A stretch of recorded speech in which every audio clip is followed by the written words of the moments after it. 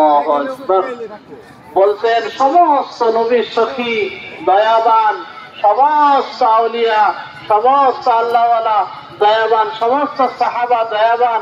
বলছেন হযরত নিজামুদ্দিন আউলিয়া ওনার দস্তরখানে এত ওসি, এত লম্বা ছিল যে ওর মধ্যে 1 মুন শুধু নিমকের খরচ। तो गोश्त कितना पकता होगा, आटा कितना पकता होगा, दाल कितनी पकती होगी, अब नमक का इतना खर्चा है। যখন নিমকিয়া তো 1 মুন, তাহলে গোশত, মাংস,